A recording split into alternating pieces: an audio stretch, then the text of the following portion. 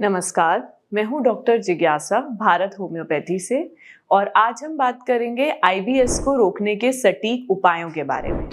अगर मैं बात करती हूं आईबीएस की मैनेजमेंट की, यानी कि डाइटरी अप्रोच या फिर स्ट्रेस मैनेजमेंट, कुछ भी रीज़न है आईबीएस होने का, तो उसमें सबसे इम्पॉर्टेंट फैक्टर जो हमें ध्यान रखना है वो है कि एक इंडिविजुअलाइज्ड अप्रोच होती है।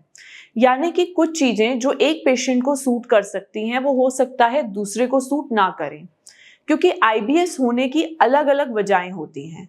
फूड इंटॉलरेंस भी रीज़न होता है, कईयों का स्ट्रेस होता है, कुछ लोगों का रीज़न होता है कि बहुत ज़्यादा उन्होंने लाइफस्टाइल में बहुत खराबियां हैं, जैसे कि अल्कोहल ड्रिंकर हैं, स्मोकर्स हैं।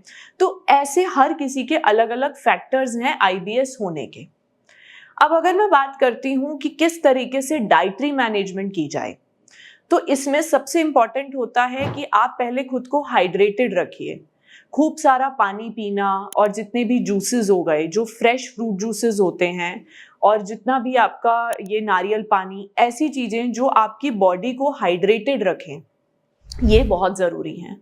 दूसरा, जितना भी फर्मेंटेड कार्बोहाइड्रेट्स हैं, जिसे फॉडमैप फूड भी कहा जाता है, यानी कि ग्लूटन रिच फूड, बहुत ज़्यादा व्हीट का कंजम्पशन करना, मैदा बहुत ज़्यादा खाना, जो बच्चे ज़्यादातर मैगी, मोमोज, पिज्ज़ा, बर्गर, इस तरीके की चीज़ें जिसमें ब्रेड कंटेंट ज़्यादा है, जैसे कि बहुत सारी चीज़ें ऐसी होती हैं जिसमें आपका आर्टिफिशियल ग्लूटन होता है।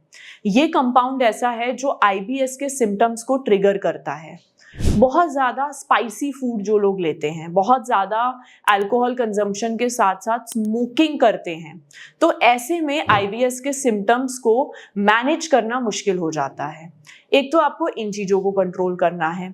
दूसरा, अगर हम बात करें स्ट्रेस मैनेजमेंट की, तो इसमें ऑलरेडी पहले भी मैं बता चुकी हूँ कि योगा, मेडिटेशन और ब्रीदिंग एक्सरसाइजेस, स्ट्रेचिंग एक्सरसाइजेस, ये बहुत ज़रूरी हैं हमारे ब्रेन को काम डाउन रखने के लिए, क्योंकि आईबीएस में किसी तरीके की स्ट्रक्चरल एबनॉर्मेलिटी नहीं देखी जाती, बल्कि फंक्शनल लेवल पर ये प्रॉब्लम होती है। Alternate diarrhoea, constipation, bloating, gas का बनना, तो ये सारी चीज़ें फंक्शनल लेवल पर प्रॉब्लम होती है।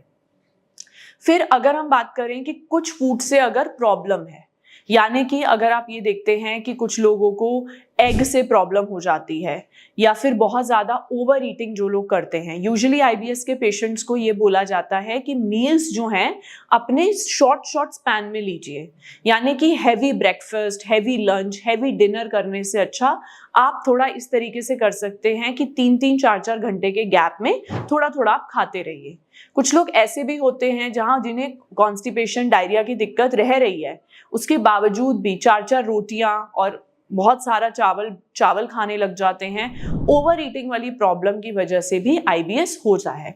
तो अपनी eating habits, sleeping habits, lifestyle, सारी चीजें मैनेज करने के बाद जो आपको करना है वो ये है कि आपको अपने आईबीएस के सिम्टम्स को मैनेज करने के साथ साथ स्ट्रेस का भी एक बहुत इंपॉर्टेंट फैक्टर है कि कॉग्निटिव लेवल पर भी ये काम करना है। आई होप आपको समझ आ गया हो कि आईबीएस के सिम्टम्स को कैसे मैनेज कर सकते हैं, और मेडिकेशंस के साथ साथ क्या डाइटरी चेंजेस आप ला सकते हैं जिससे आपका आईबीएस कंट्रोल में रहे। Thank you.